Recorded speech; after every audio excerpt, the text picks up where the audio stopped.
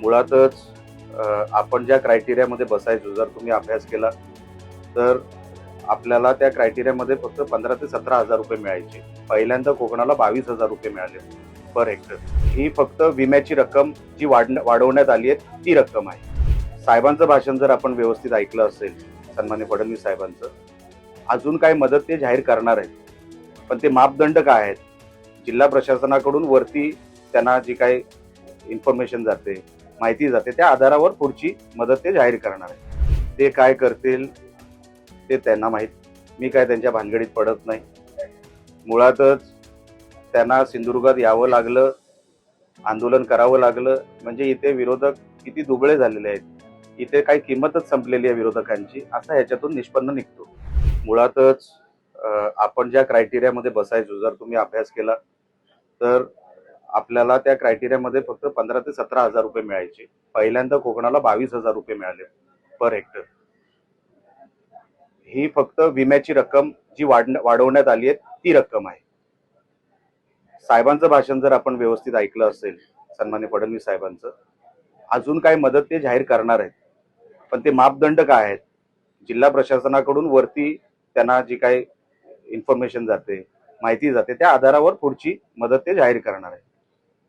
आपलं जेवढं क्षेत्र आहे आणि जेवढे आपले महसूल सर्कल आहेत, त्यापैकी 80% ह्या विम्याची रकमेतून आपण ती कव्हर करतोय. जी राहते ती उर्वरित जी आपण पॅकेजच्या स्वरूपामध्ये आणतोय त्याच्यामध्ये कव्हर होणार. राजू शेट्टी साहेबांना ह्याच्यामधला कुठला विषय कळला नसेल तर मी लिहून पाठवतो त्यांना, किंवा मी त्यांच्याशी फोनवर बोलतो.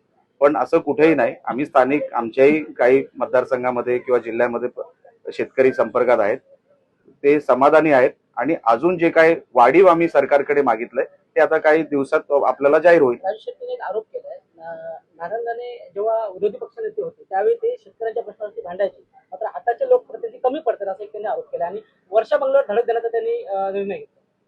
ते काय करतील ते त्यांना माहीत. मी काय त्यांच्या भानगडीत पडत नाही. मुळातच त्यांना सिंधुदुर्गात यावं लागलं, आंदोलन करावं लागलं, म्हणजे इथे विरोधक किती दुबळे झालेले आहेत, इथे काही किंमतच संपलेली आहे विरोधकांची, असा ह्याच्यातून निष्पन्न निघतो. सिंधुदुर्गात आता विरोधकांना काही किंमत नाही, ह्याचाच अर्थ होतो तो. आता राजू शेट्टी ह्याच्यावरती काय स्टँड घेत आहेत हे त्यांना माहीत. मी त्यांच्या स्टँडवर मी काय बोलू इच्छित नाही. ते जेव्हा करतील, काय बोलतील, त्याच्यावरती बघू ते काय करतायत ते. पण जे ते सांगतायत ते खोटं आहे. जी मदत मिळालेली आहे ती आम्ही तुम्हाला ऑन पेपर दाखवू शकतो. किती पैसे मिळालेत तुम्हाला शेतकऱ्यांच्या अकाउंटमध्ये दाखवू शकतो. आता त्याच्या पलीकडे त्यांना वाटतं की हे अमुकच रक्कम मिळाली पाहिजे, तर त्यांनी तशी जाहीर करावी की तुम्हाला कुठली अमुक रक्कम तुम्हाला हवी आणि कुठल्या हेड खाली हवी आहे, हे जाहीर करावं आंदोलन करण्यापेक्षा.